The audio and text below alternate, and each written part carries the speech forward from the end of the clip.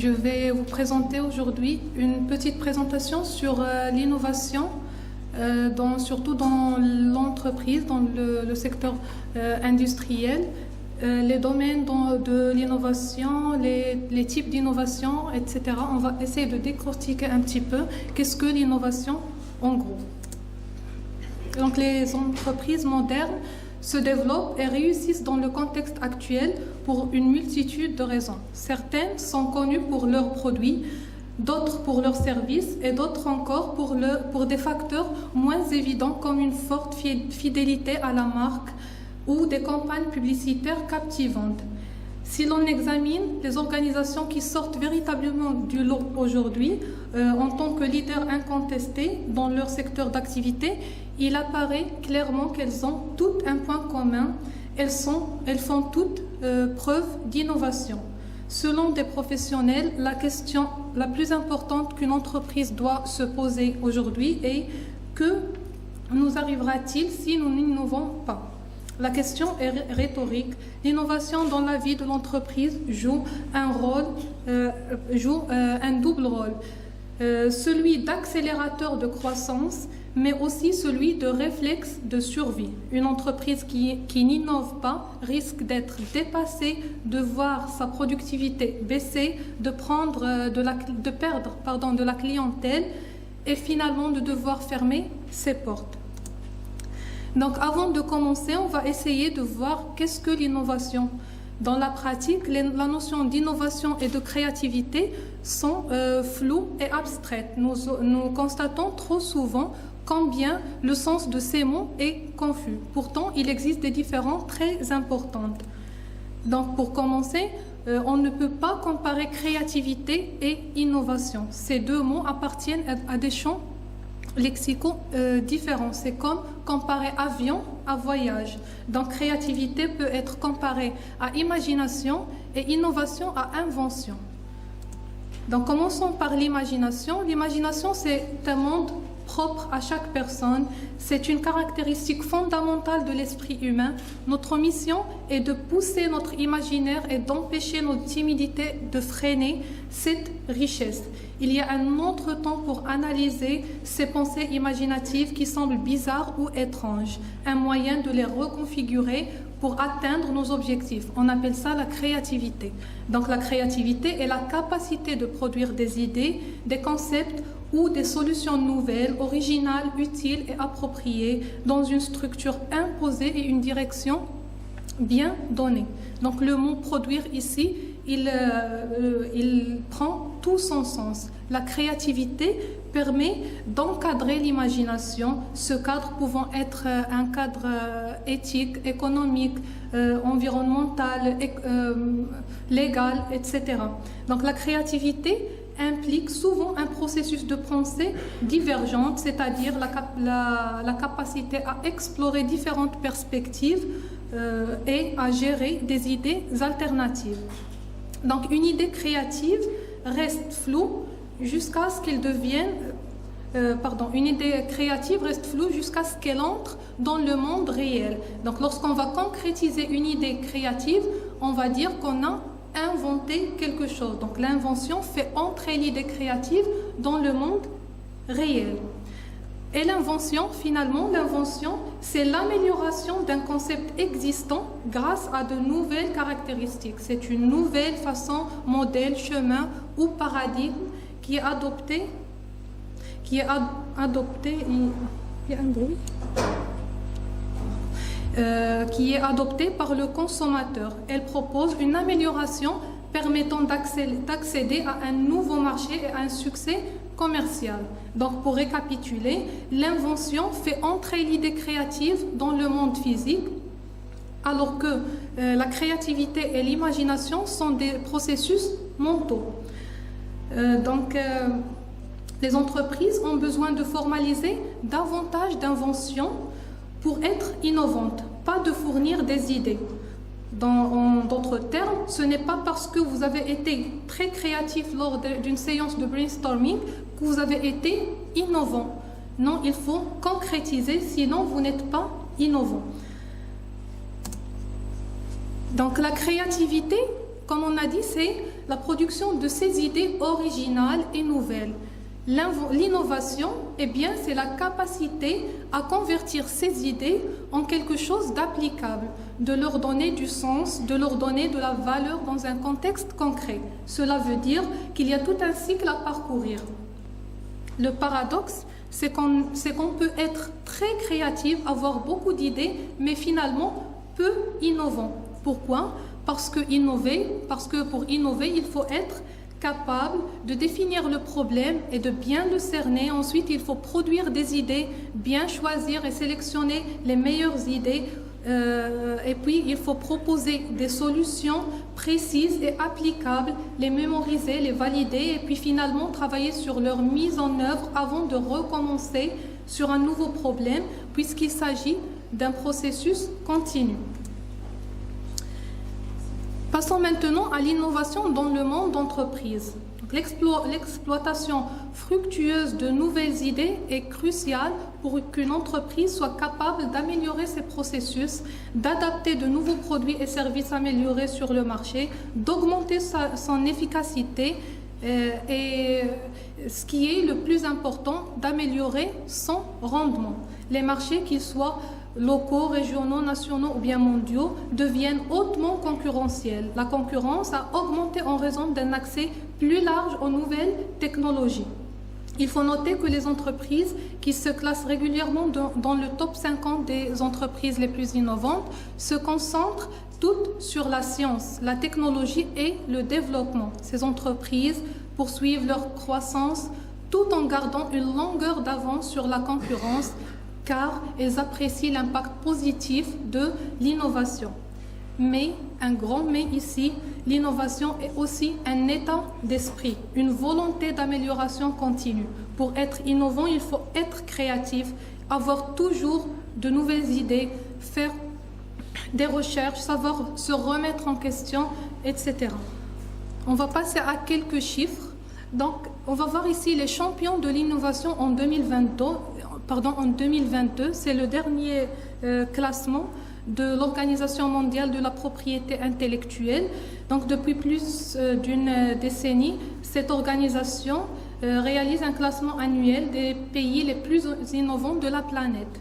Ce palmarès s'appuie sur plusieurs éléments, notamment le niveau de production créative, la demande des brevets, l'investissement en département recherche et développement, les infrastructures, mais aussi les indicateurs relatifs au contexte économique.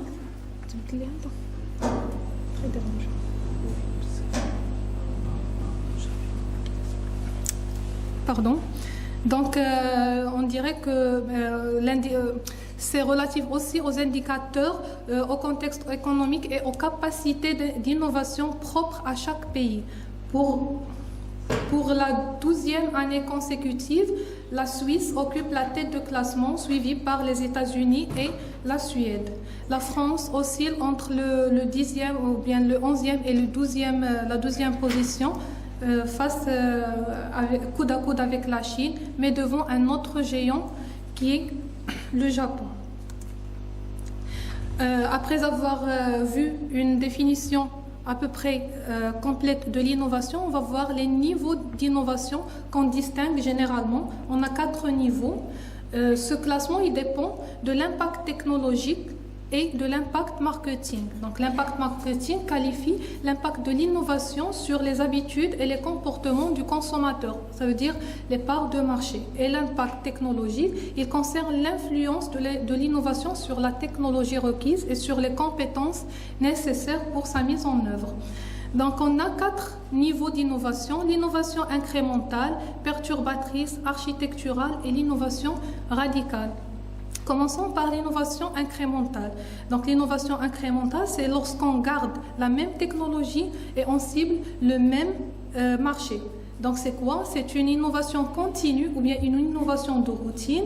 C'est l'une des formes d'innovation les plus courantes que l'on puisse observer. Elle consiste à améliorer un produit ou un service déjà présent sur le marché, mature, en optimisant ses performances ou son utilisation. Donc, elle ne perturbe ni les habitudes du client, ni les compétences de l'entreprise en matière de technologie. Donc, comme exemple, on peut citer les voitures, donc les modèles qui sortent année après année, les smartphones aussi, les microprocesseurs sont aussi un exemple parlant de l'innovation incrémentale. Donc en fait, pour l'innovation incrémentale, c'est l'innovation continue qu'on voit réellement, c'est les modèles qu'on voit sortir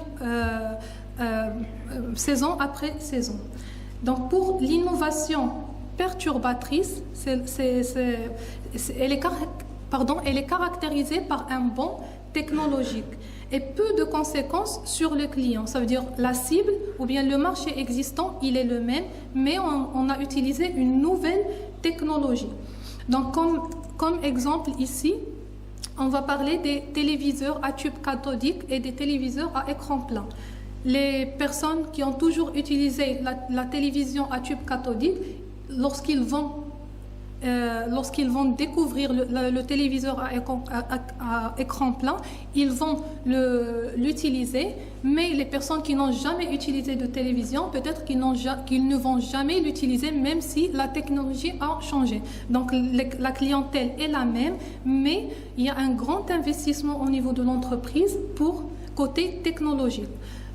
C'est le cas aussi pour les lecteurs cassettes, le fameux Walkman qu'on a utilisé, et aujourd'hui on a les plateformes streaming, Spotify, et il y en a plusieurs. Donc on n'utilise plus ni lecteur cassette, ni lecteur MP3, les iPods, etc. On utilise directement les plateformes streaming, mais la clientèle ou bien le marché, il est le même. Donc on dit que c'est une innovation adjacente, c'est une innovation adjacente à la technologie. Donc on passe maintenant à l'innovation architecturale. C'est lorsqu'on garde la même technologie, mais on va cibler un nouveau marché. Elle remet en cause ou provoque une rupture avec le modèle économique actuel en restant dans un domaine de compétences. L'entreprise lance un produit déjà existant, mais en lui attribuant un nouvel usage. Donc, comme exemple, nous avons, vous connaissez peut-être tous Uber et Uber Eats. Donc, ils ont utilisé des technologies qui existent, les applications mobiles et Internet, mais ils ont essayé de cibler une nouvelle clientèle. Donc, ça s'appelle une innovation architecturale qui fait une rupture avec le modèle économique actuel. Pour l'innovation radicale, moi je la considère comme l'innovation la plus dangereuse et la plus coûteuse et la plus risquée. Pourquoi? Parce qu'on va investir et dans le côté technologique et dans le côté marketing. Donc c'est un gros investissement que l'entreprise va courir en face d'un risque. On ne sait pas est-ce que le produit va être commercialisé, va être accepté par le client ou non. Donc, le meilleur exemple d'innovation radicale, c'est l'invention de l'avion. Cette nouvelle technologie radicale a ouvert une nouvelle forme de voyage, inventé une industrie et un tout nouveau marché. Donc, il y a plusieurs exemples qui s'inscrivent dans l'innovation radicale. Donc, après avoir vu les niveaux ou bien les différents types d'innovation qui existent, on va essayer de voir les domaines d'innovation qu'on a. Si je demande tout de suite à quelqu'un de me donner un exemple d'innovation d'une entreprise, par réflexe, il se demandera immédiatement ce que cette entreprise a récemment commercialisé de nouveau. Comme tout le monde, on pense produit, c'est normal, mais ce n'est pas la seule innovation qui existe, ou bien ce n'est pas le seul domaine d'innovation qui existe. L'innovation peut toucher plusieurs domaines. Donc on a par exemple l'innovation produit, l'innovation procédé, l'innovation de commercialisation et l'innovation d'organisation. Donc pour l'innovation produit, c'est lorsqu'on va innover au niveau du produit ou bien du service, donc du bien en général. Donc l'innovation va porter soit sur la fonctionnalité du produit, soit sur la technologie utilisée pour ce produit. Donc c'est une innovation qui est visible pour le client. Pour l'innovation procédée, c'est lorsqu'on va innover dans le procédé ou bien le process de fabrication. Par exemple, mais ce n'est pas visible pour le client. Par exemple, une voiture qui est assemblée avec une technique, un assemblage automatisé, n'est pas vraiment visible pour le consommateur. Donc le consommateur ne peut pas voir si cette voiture elle est assemblée manuellement ou bien en utilisant une technique un peu plus avancée. Donc ce type d'innovation, c'est l'entreprise qui gagne en temps et en qualité, mais ce n'est pas visible pour le client. Pour l'innovation de commercialisation, c'est la mise en œuvre d'une méthode de commercialisation nouvelle ou importée puis adoptée, changeant de façon significative soit la conception ou le conditionnement d'un produit, soit son placement sur le lieu de vente, soit son mode de promotion ou bien sa tarification. Donc tout ce qui concerne la commercialisation d'un produit. Donc dans ce point, je vais faire une petite remarque. Il y a une grande différence entre si par exemple on prend un produit et on change juste l'emballage de ce produit. Ça s'appelle une innovation de commercialisation parce que l'emballage de produit, il sert à commercialiser le produit. Donc, on n'a pas touché dans la fonctionnalité fondamentale du produit, donc ça ne s'inscrit pas dans l'innovation produit, mais plutôt dans l'innovation de commercialisation de ce produit. Donc, ce type d'innovation est aussi visible pour le client. Et finalement, on a l'innovation d'organisation. Ça repose sur un changement dans les pratiques de l'entreprise, dans l'organisation du lieu de travail, par exemple, ou dans la manière dont les relations extérieures sont gérées. Ça résulte de décisions stratégiques prises par la direction de l'entreprise. Par exemple, l'organisation du travail par flux tendu ou bien par flux tiré, c'est une innovation d'organisation. Par exemple, le self-service dans la restauration, c'est une organisation, c'est une innovation d'organisation. L'utilisation avec la pandémie, on a eu recours au télétravail, c'est une innovation d'organisation. Donc, au-delà de ce classement, on a encore d'autres domaines. Je vais passer rapidement. On a l'innovation opérationnelle. Ça rejoint un petit peu l'innovation de procédé, mais c'est plus complet. Ça concerne les opérations internes et externes et la réinvention de processus opérationnels. On a l'innovation stratégique, c'est lorsqu'on va repenser le produit carrément, ou bien toute la stratégie de l'entreprise, ou bien le secteur d'activité de l'entreprise. On a aussi l'innovation sociale. Ici, c'est l'œuvre des associations qui travaillent dans le secteur social. Et l'innovation environnementale, finalement, c'est celle qui prend, elle a commencé à prendre de l'importance croissante dans notre société sous la pression des faits liés au réchauffement climatique. Donc on a vu à peu près tous les domaines de l'innovation sur lesquels peut porter l'innovation. Donc maintenant, une question fondamentale, c'est pourquoi on va innover? Pourquoi? C'est quoi l'intérêt de l'innovation dans l'entreprise particulièrement? Donc, nous avons tous entendu l'expression « s'adapter ou mourir ». Et pour que les entreprises réussissent dans le monde moderne d'aujourd'hui, c'est une vérité universelle. Prenez par exemple l'expansion massive des avancées technologiques au cours de la dernière décennie. En raison de cette croissance extrême, les entreprises ont été contraintes de s'adapter et de se développer plus que jamais auparavant. Ce besoin croissant de croissance et de changement offre également de nombreuses opportunités aux entreprises. Ces entreprises ne peuvent pas se maintenir à flot si elles n'adoptent pas l'innovation et les changements. Si vous souhaitez développer votre entreprise, vous pouvez choisir de continuer de développer progressivement à mesure que vous perfectionnez vos produits et modèles commerciaux existants. Vous pouvez aussi choisir de développer votre entreprise en fusionnant ou en acquérant d'autres entreprises, ce qui est plus rapide mais qui est souvent très coûteux. Ou bien, vous pouvez choisir d'évoluer en repensant vos produits ou votre modèle d'entreprise, ou les deux, ce qui est un processus qui peut conduire à une expansion rapide et vous permettre de faire évoluer votre entreprise rapidement. C'est l'innovation. Donc l'innovation, elle aide l'entreprise à se développer rapidement. Le deuxième point concerne la différenciation. Donc l'innovation consiste également et essentiellement à faire quelque chose de différent de ce que font tous les autres acteurs du même secteur. Pour mettre en place une telle philosophie, la stratégie de l'Océan Bleu semble être un outil très puissant. Elle permet de créer un nouveau marché sans concurrence et susciter une demande inexplorée, et cela par la création d'innovations profitables qui vont faire évoluer l'entreprise dans un marché où elle sera la seule. Donc, l'innovation peut aider l'entreprise à se différencier.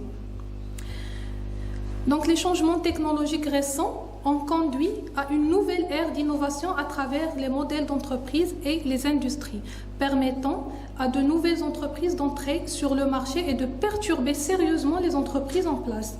En fait, les statisticiens pensent aujourd'hui que 40% des entreprises du classement Fortune 500 disparaîtront au cours de la prochaine décennie en raison de ce niveau de perturbation numérique. De même qu'une start-up innove souvent pour s'imposer dans un secteur.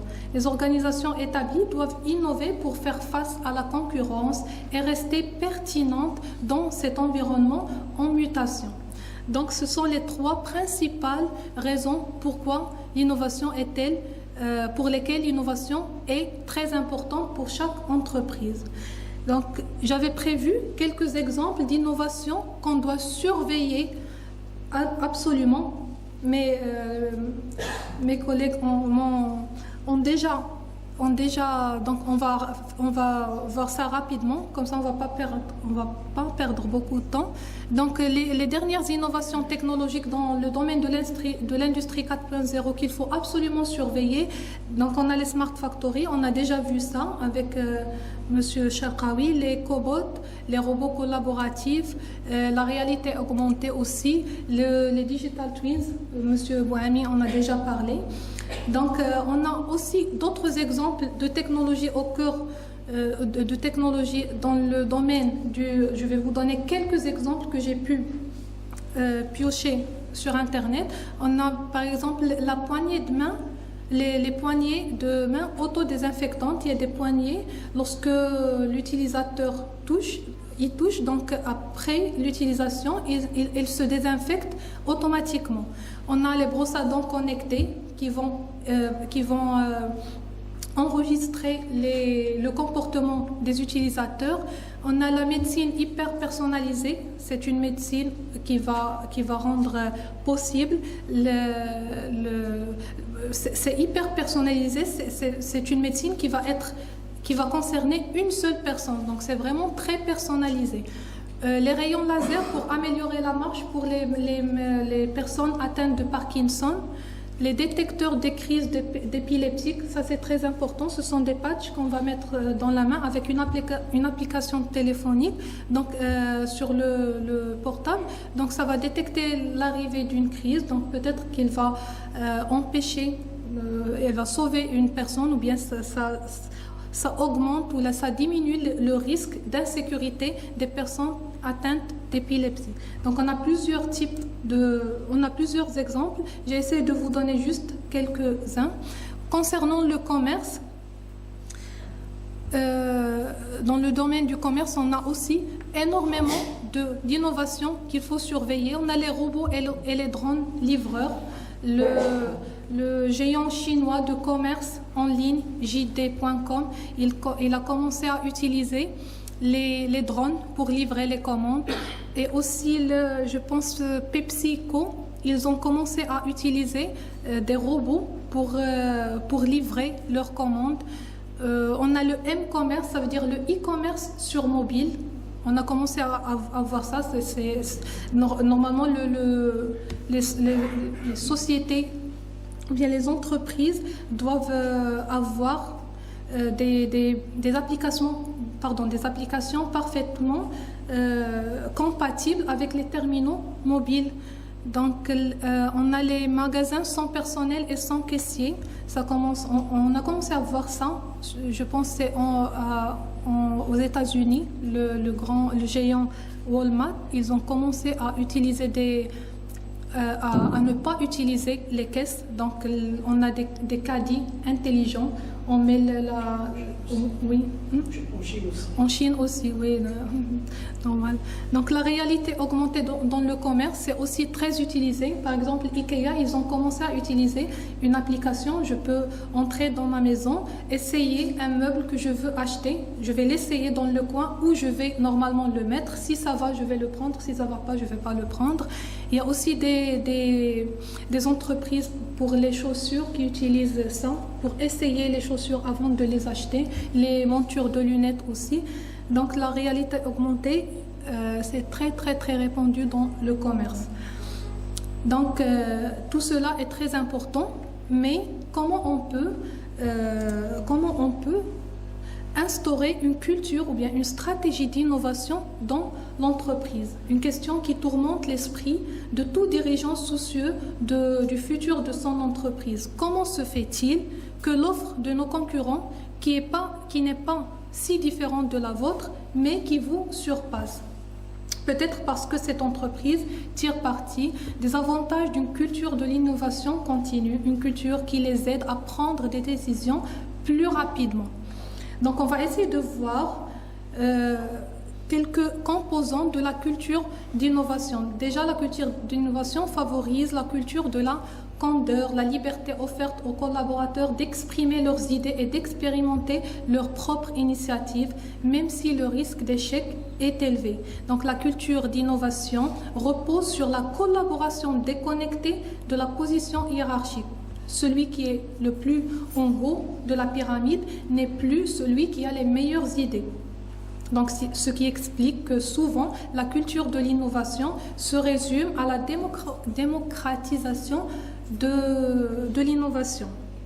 Malheureusement, nous sommes encore loin de voir la culture d'innovation être aussi répandue que la culture de la performance. Il s'agit souvent de modèles managériaux liés à certains managers et rarement à toute l'entreprise. Donc, cependant, il existe des critères et des composantes éprouvées et des outils fiables qui peuvent aider à établir et encourager une culture de l'innovation dans toute organisation. Donc la première chose, une entreprise trop occupée à ses activités quotidiennes d'exploitation de l'existant et de la demande de ses clients risque de laisser passer des opportunités intéressantes de développement. Donc il faut essayer toujours de trouver un juste équilibre entre exploration et exploitation. C'est comme dans les algorithmes évolutionnaires, par exemple l'algorithme génétique. Pour l'utiliser efficacement, il faut toujours essayer d'avoir un équilibre entre exploration et exploitation de l'espace de recherche. Donc, construire le succès de demain implique de pouvoir se décentrer des activités d'aujourd'hui. Le deuxième point, c'est les talents et le leadership. Sans les talents ni le leadership, une culture d'innovation ne pourra jamais surgir. Donc la stratégie d'innovation dépend directement du style de management que l'entreprise propose à ses collaborateurs. Le talent attire le talent et les créatifs attirent les créatifs. D'un autre côté, le leadership est la clé de voûte de l'édifice. Il favorise l'émergence d'idées et la collaboration. Il réduit la peur d'échouer et aide les collaborateurs à devenir propriétaires et responsables de la mise en œuvre de leurs idées. Un troisième point qui est très important, c'est il faut vraiment faire attention aux innovations radicales qui nous entourent. L'exemple de Kodak est parlant, et aussi l'exemple de Nokia qu'on a vu la matinée. Donc l'exemple de Kodak est aussi un exemple très parlant. L'entreprise au succès mondial n'a pas su explorer et exploiter le tournant du numérique, ce qui l'amène à bord de la faillite. Donc il s'agit de créer une échappée commerciale, non pas en devançant les attentes de ses clients, mais en les surprenant grâce à l'innovation radicale, ce qui demande d'impliquer vos clients, pas pour leur demander leurs avis ou bien des idées, mais pour tester nos hypothèses. Donc le quatrième point, c'est le business model. Donc les questions centrales d'un business model, c'est qui est le client cible, qu'est-ce qu'on lui offre, quelle est la proposition de valeur, comment réduire les coûts, comment améliorer les bénéfices, etc. Donc pour toutes ces questions, on obtient des réponses qui ne sont pas gravées sur le marbre. Donc il faut essayer de les faire évoluer. Donc on doit faire évoluer les réponses à ces questions avec le temps. Un marché en évolution permanente exige d'en prendre régulièrement la température. Le cinquième point, c'est la satisfaction du besoin. Il est question de se rendre attentif aux besoins de ses clients, de ses collaborateurs et de ses partenaires commerciaux. Ici, si on veut vraiment être très innovant, on doit faire attention surtout aux besoins latents. Donc, c'est les besoins qui ne sont ni explicites ni implicites, mais les besoins que le client n'attend pas, mais lorsqu'il va le recevoir, lorsqu'il va avoir ce besoin, il ne va plus pouvoir s'en passer. Donc, c'est les besoins latents. Le dernier point, c'est l'écosystème et l'intrapreneuriat ou bien l'entrepreneuriat en interne. Donc un écosystème dans une entreprise est un réseau regroupant collaborateurs, entrepreneurs, experts, consultants, chercheurs, médias, parfois même dans un contexte d'innovation ouverte, des clients qui ont une idée. Donc, grâce à un tel écosystème, vous créez un processus permettant à un plus grand nombre d'innovateurs et d'entrepreneurs de développer et de lancer des solutions pour échanger leurs idées. Donc, ce sont les différents composants d'une culture d'innovation. Mais comment on peut réussir d'implémenter cette culture dans une entreprise? Tout d'abord, il faut considérer l'innovation comme un enfant. On va lui fixer un enfant qu'on est en train d'éduquer, on va lui fixer des limites strictes, son propre monde, mais on va le laisser jouer comme il le souhaite dans ce petit monde. C'est exactement la même chose pour les collaborateurs. On va leur fixer les objectifs organisationnels, les capacités fondamentales et les domaines d'intervention, et on va les laisser suivre leur propre approche, faire leurs propres erreurs et acquérir leurs propres expériences. C'est exactement la même chose. C'est plus facile de dire qu'à faire, je sais, mais il faut le faire. Un deuxième point, il faut suivre une structure horizontale. C'est quoi une structure horizontale? Ça veut dire lorsqu'on a une idée, il faut essayer de la transmettre directement aux dirigeants sans passer par les intermédiaires, sinon elle risque de mourir au cours de la route. Il faut aussi essayer d'embaucher les meilleurs rapidement. Donc les meilleurs, lorsque je dis ici les meilleurs, c'est pour qualifier. Aujourd'hui, surtout les ressources humaines, ils ont commencé à recruter en se basant sur un autre critère qui est les soft skills. Donc les meilleurs surtout qui ont des soft skills plus développés. Ne pas avoir les yeux plus gros que le ventre. Donc une entreprise peut effectivement mourir de faim sans idées nouvelles, exactement comme elle peut mourir d'avoir trop d'idées et de ne pas savoir lesquelles choisir. Il faut savoir implémenter les innovations de façon progressive. Et dernièrement, le travail en réseau, il est très essentiel. On vient de parler de l'écosystème. Donc chaque collaborateur ou bien dirigeant, il doit avoir son propre écosystème. Donc on ne peut pas parler d'innovation, c'est le dernier point, on ne peut pas parler d'innovation sans parler de start-up. Oui, toutes les sociétés, même les plus grandes, auraient intérêt à adopter un management entrepreneurial à la façon des start-up. C'est quoi déjà une start-up? Est-ce que c'est une entreprise ordinaire? Non, pas vraiment. Une start-up est une entreprise qui démarre. Elle est liée à la notion d'expérimentation d'une nouvelle activité sur un nouveau marché avec un risque difficile à évaluer. Donc c'est une organisation temporaire à la recherche d'un business model industrialisable, rentable et permettant la croissance. Être start-upé, c'est aussi un véritable état d'esprit, comme l'innovation. Donc une start-up et une innovation, c'est deux choses indissociables. La start-up a deux particularités. La première, c'est qu'elle est une jeune entreprise et qui a un caractère innovant. Ces deux caractéristiques confèrent aux start-up un potentiel de croissance très important. En cas de succès, la croissance des start-up dépasse plus de 100% les premières années.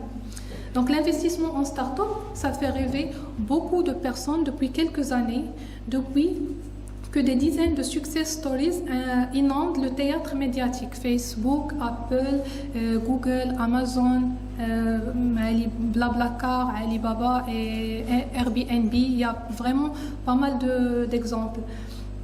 Toutes ces startups ou anciennes startups ont créé des centaines, même des milliers de millionnaires et des dizaines de milliardaires en relativement peu de temps.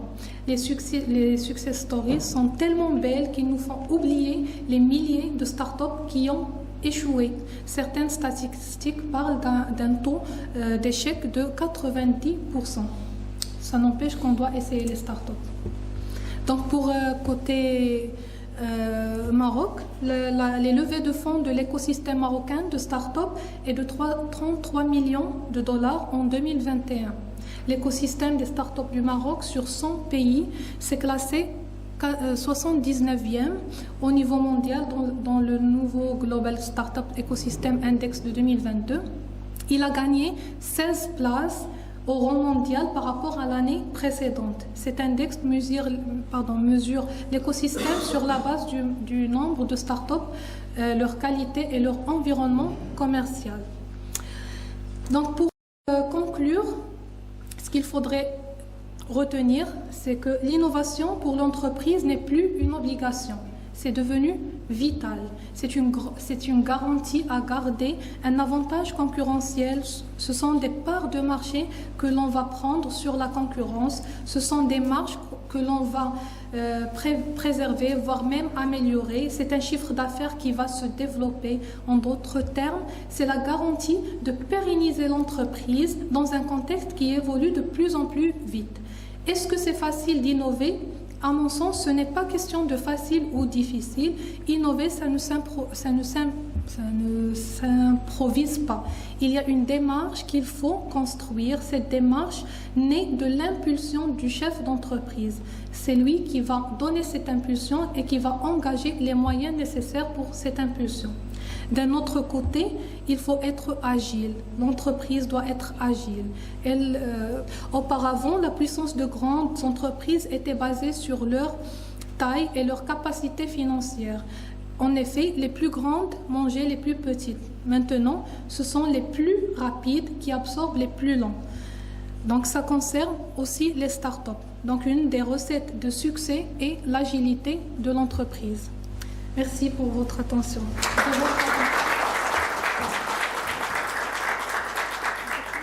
Merci, professeur Mohamed. Votre présentation était très, très claire, très expressive. Je vous remercie.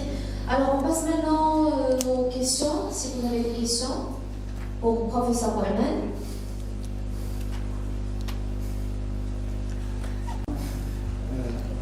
Alors, on a une question, j'en ai quelques-unes.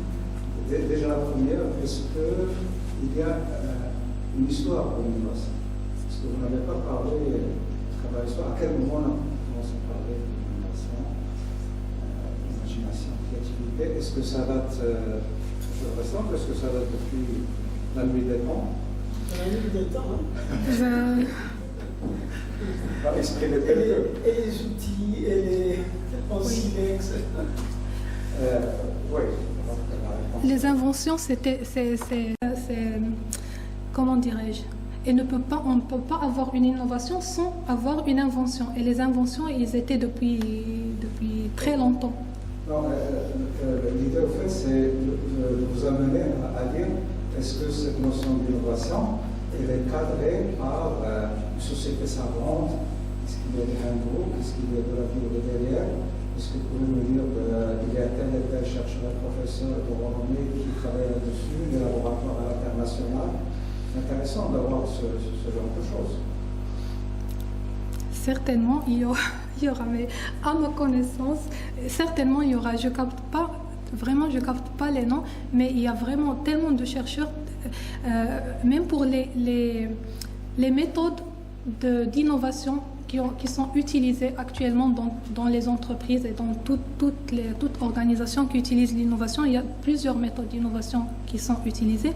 Ils sont bien sûr créés par des chercheurs, par des... Certainement, il y a des... Oui. Et c'est un peu francophone parce qu'il y a la notion de design. Design, ça ouvre l'éventail de la connaissance. Il y a des théories, telles que la théorie CK, concept and knowledge. Il y a la théorie de la Florence, il y a plein de choses qui sont derrière. Oui. Surtout pour nous en tant qu'ingénieur, avec justement, alors à quel moment je vais inventer, je vais proposer quelque chose. Innover, et non pas inventer. On part toujours soit par le résultat de recherche de laboratoire, qu'on va essayer de décliner sur le terrain. Encore, vous avez le besoin d'un client. C'est le besoin. Ce matin, Moi, je dirais... Parfois, c'est des idées qui sortent de laboratoire qu'il faut déployer. Parfois, c'est le besoin. Moi, je dirais que c'est la concurrence qui est une impulsion. Oui, c'est la concurrence parce que on est dans un monde concurrentiel. Donc, si on n'innove pas, on va pas pouvoir survivre. Il faut innover. Donc, c'est l'impulsion de l'innovation. C'est la concurrence plutôt. Le besoin du client, oui, aussi le besoin du client. Mais si on arrive à susciter une nouvelle demande qui n'est pas encore inexplorée, on va dépasser les autres entreprises dans notre secteur. Donc pour moi, c'est la concurrence plus que tout. Aussi, il y a des normes marocaines sur la gestion de l'innovation, etc. La créativité, on avait participé avec eux dans des comités techniques, donc il y a des normes, on peut conseiller aux gens d'aller voir ces normes. Concernant quoi? Les normes? Les normes marocaines de l'innovation. Qui vont cerner le domaine d'innovation? Aussi bien la gestion de l'invention, les brevets, la protection. etc. D'accord. Donc ça concerne plutôt l'invention que l'innovation. Oui, ce n'est pas le processus lui-même. D'accord. Ok, donc merci. Je vous en prie. Oui. C'est pas une question, c'est juste un Oui. complément. Normalement, l'innovation est devenue comme une procédure en beaucoup d'entreprises à partir des outils. Et je peux citer par exemple l'UPFD. l'UPFD, donc c'est une amélioration continue du produit existant. Et si on regarde le droit de la l'UPFD, il met la corrélation entre les paramètres. Alors, lorsqu'on a une contradiction, on ne peut pas s'améliorer. C'est là qu'on va utiliser l'outil TRIZ, par exemple, Oui. pour casser la contradiction. Et l'inventeur de la méthode TRIZ, c'est un russe. C'est un ingénieur mécanicien, Donc et puis maintenant, on parle de la méthode ARIZ, qui est une variété de... Effectivement, il y a beaucoup d'outils. Il y a vraiment beaucoup d'outils d'innovation, oui. L'innovation, c'est-à-dire une innovation procédurale, ce n'est pas une innovation par hasard. Oui, bien sûr, c'est une structure qu'il faut mettre en place. Oui, c'est une démarche qu'il faut, oui. Je voulais juste apporter un petit complément. Lorsque Mme Boynan a parlé de créativité, d'invention et d'innovation, elle a bien cerné la différence qu'il y a entre les trois. Et moi, j'aimerais donner un exemple, juste pour fixer les idées. Une invention, c'est par exemple la découverte de la lumière laser. Lorsque la lumière laser a été découverte, c'était une invention. Mais on ne savait pas comment l'utiliser dans la pratique. Donc c'est une lumière qui était cohérente, etc. Mais on ne savait pas l'utiliser. Et puis par la suite, il y a eu des découvertes, des innovations, donc des produits qui commercialement... Donc c'est l'innovation. C'est l'innovation. Donc C'est lorsqu'on commence à... on a trouvé des applications de cette lumière qui étaient cohérentes. En particulier la découpe laser, le stockage sur CD, la lecture CD, etc. Toutes ces... Il y en a plein. Il y en a plein. Je connais parce que lorsque j'étais à l'école centrale, il y avait des cours facultatifs que l'on devait choisir. Moi, j'ai choisi le laser. Il y a énormément d'applications, énormément. Il y a énormément d'applications. Donc la différence, c'est quoi? C'est lorsque vous avez quelque chose que vous avez découvert mais qui n'a pas encore donné lieu à un produit commercialisable, C'est une invention. c'est une invention. Lorsque ça donne lieu à un produit commercialisable utilisé par les consommateurs, c'est une innovation. La créativité, c'est quoi? C'est le processus De production d'idées. de production d'idées. Et dans ce cadre-là, il y a énormément de méthodes de stimulation créative Oui. qui aident. Le brainstorming, c'est basique. On va c'est dire, basique et c'est un élément de stimulation créative. on va dire les Il 6 y a la chapeaux. dissociation, il y a la méthode TRIZ qui découle même sur des innovations. Les il y a 6 la chapeaux méthode- de Bono, la théorie Oui, il y CK, a les 6 chapeaux, il y a le design thinking. Oui. Là, moi, personnellement, j'en ai dénombré aux alentours d'une vingtaine. D'accord, une vingtaine. Et il est intéressant pour tout le monde de les connaître. Parce qu'en les connaissant, d'abord, la créativité, elle est innée. Il y a Oui. des gens qui sont créatifs. Hein, vous avez les enfants, lorsqu'ils sont petits, il y en a qui sont créatifs, d'autres ne le sont pas. Mais par la suite, il y a des moyens pour stimuler la créativité. Et c'est ce qu'il faut apprendre aux étudiants. Et c'est ce qu'il faut apprendre aux gens qui travaillent dans l'industrie. C'est pour ça que Madame Bouana, elle fait un cours où elle parle de méthode d'innovation. Et c'est tant mieux pour nos étudiants. Oui. Merci. Donc, s'il vous plaît, pour compléter ce que monsieur. C'est pas grave. Je voulais compléter ce que monsieur Bouhamel a dit. Donc, toute invention ne peut. Une invention peut avoir. On peut avoir lieu. Des innovations peuvent avoir lieu après une invention. Et il y a des inventions qui ne sont jamais commercialisées, donc il n'y aura pas d'innovation par la suite. C'est bon, oui, merci. Bonjour. Bon, tout d'abord, je remercie les organisateurs pour la thématique choisie. Je remercie Mme Bouhamel aussi pour la présentation très intéressante qui nous rapproche énormément de l'innovation et que j'espère va stimuler nos. Je ne sais pas s'il y a des étudiants ici ou Oui. Mes étudiants de l'innovation. Les étudiants faut éventuellement innover et penser à l'innovation. Ma première remarque ou question, est-ce que vous pouvez donner votre avis sur l'innovation au Maroc, l'innovation industrielle? Je veux mettre aller terre à terre. D'accord.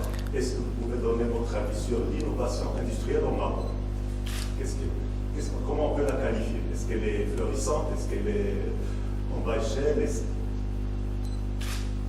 Franchement, je ne peux pas donner un avis je dirais très complet, parce que même la documentation, j'ai essayé de chercher côté Maroc l'innovation, comment il va, mais j'ai pas trouvé grand-chose. Et puisque je n'ai pas une grande expérience dans le domaine industriel, je n'ai pas une grande idée, une idée claire sur cela, mais Vous avez parlé d'un classement.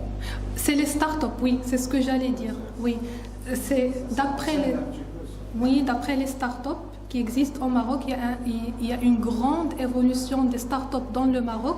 Donc je peux dire que on va voir je peux dire que l'innovation, elle est, comme vous avez dit, elle est florissante dans le Maroc, ici au Maroc, mais pour avoir des chiffres exacts, je n'en ai aucune idée. D'après les startups, parce que les startups, c'est l'innovation. Et c'est deux choses qui sont indissociables. Donc, si je projette le classement des startups sur l'innovation, oui, c'est... En fait, au Maroc, il est très... Et la zone de confort, c'est de ne pas s'aventurer à créer quelque chose qui va se passer là.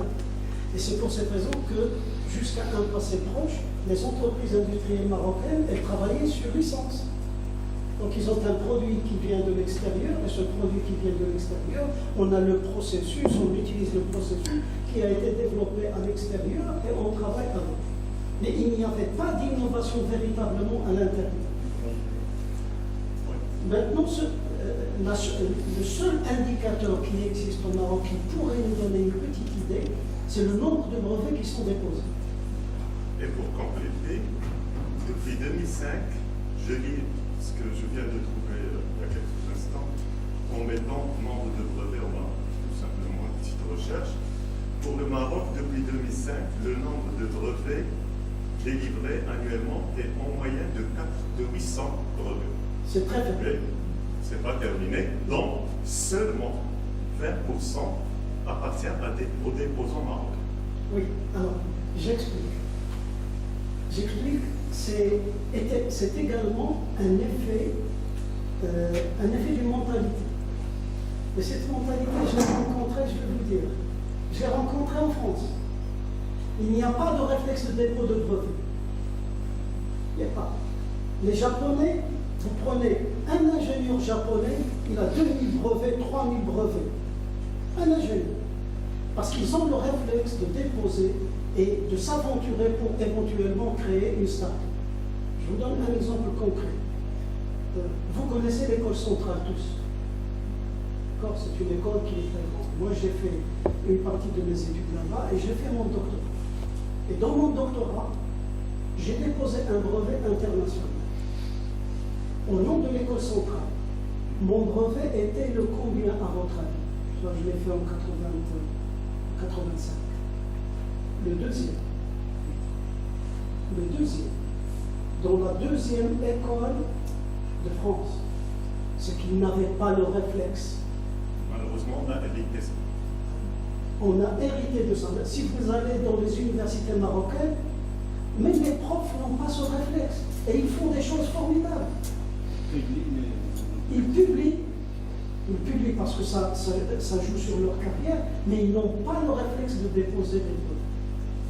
D'accord? Même les gens, le commun des mortels, ils créent des choses, mais ils n'ont pas le réflexe de déposer des brevets. Ça, il faut changer la Je peux dire, même il y a une vingtaine d'années, même la publication avant. Mais lorsque continuellement, c'est l'innovation incrémentale.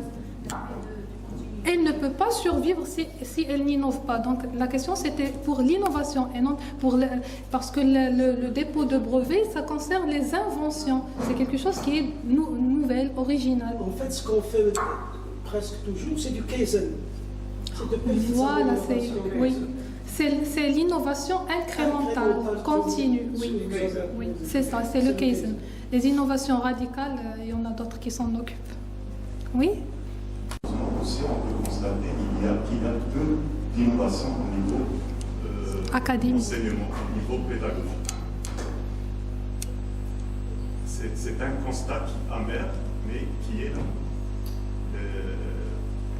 Innovation du côté, je parle essentiellement des grandes écoles, parce que côté faculté, n'en parlons pas.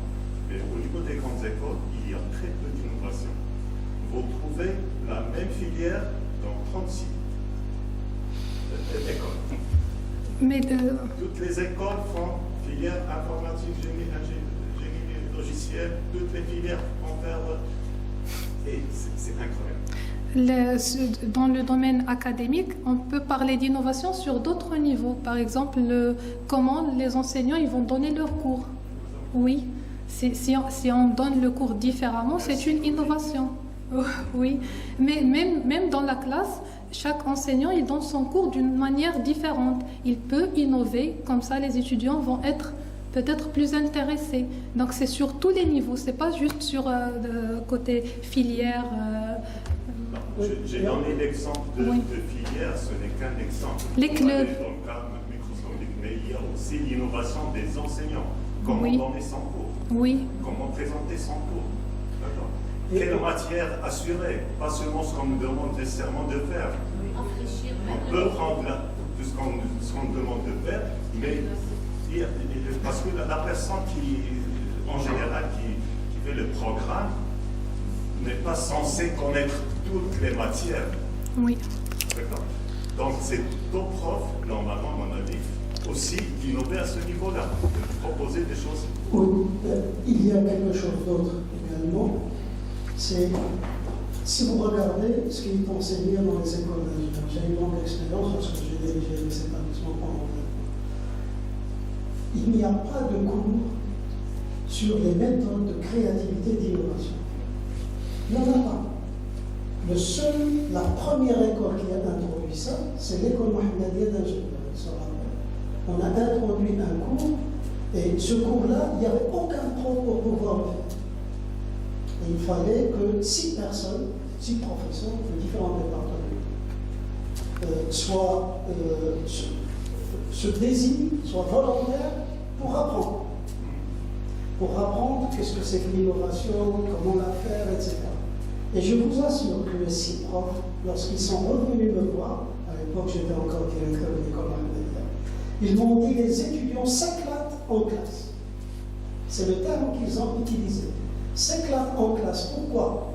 Parce que l'étudiant en classe, il se met en roue libre. Ce qu'a dit le professeur Bouhana, je crois qu'elle-même, elle a ce cas-là chez nous. Oui, moi aussi j'ai calé. Chez nous, les étudiants se sentent véritablement libres de dire ce qu'ils veulent, etc., de créer, etc. Et ça, c'est ça ce qui manque. Il faut développer l'esprit innovant. Dans les écoles d'ingénieurs, dans les établissements d'enseignement supérieur, même au lycée, il faut que les gens créent ça. Lorsque j'étais à l'école Mohammedia, il y a une grande entreprise qui est venue à l'école parce qu'elle voulait installer une usine au Maroc. C'est Tata. Si vous connaissez Tata, c'est une holding indienne qui fait les avions, les voitures, qui fait l'informatique, qui fait tout. Ils sont venus me voir parce qu'ils avaient besoin d'ingénieurs, etc. On en a discuté. Puis après, ils m'ont invité en Inde. Et ils m'ont fait visiter notamment un centre de formation dans une technopole à Chennai. Et lorsqu'ils m'ont fait rentrer, il y avait un amphi, ils m'ont fait rentrer dans un amphi. L'amphi, il y avait une 50aine d'ingénieurs en train de recevoir un cours. Quel cours? La méthode des 6 chapeaux pour développer l'esprit créatif. Elle le connaît. Bien sûr. C'est la méthode de Bono. Eh bien, tous les ingénieurs qui rentrent à Tata, ils doivent suivre une formation sur la créativité, l'innovation, etc. avant d'aller travailler. Ça, c'est un exemple concret. C'est ce que nous devons faire pour nous. Je veux juste ajouter peut-être un logiciel qui est disciplinaire, c'est-à-dire le profil est là, il est en train d'enseigner, on ne peut pas innover. Mais il y a la pédagogie par compétence, où là, vous avez de l'ambiguïté, vous avez l'étudiant, l'environnement, le professeur, et là, c'est vraiment fertile pour faire de l'innovation. Donc c'est ça, il faut aller à la source, il faut apprendre aux gens à faire, utiliser la pédagogie par compétence, de la développer, je crois, au Canada et ailleurs, etc.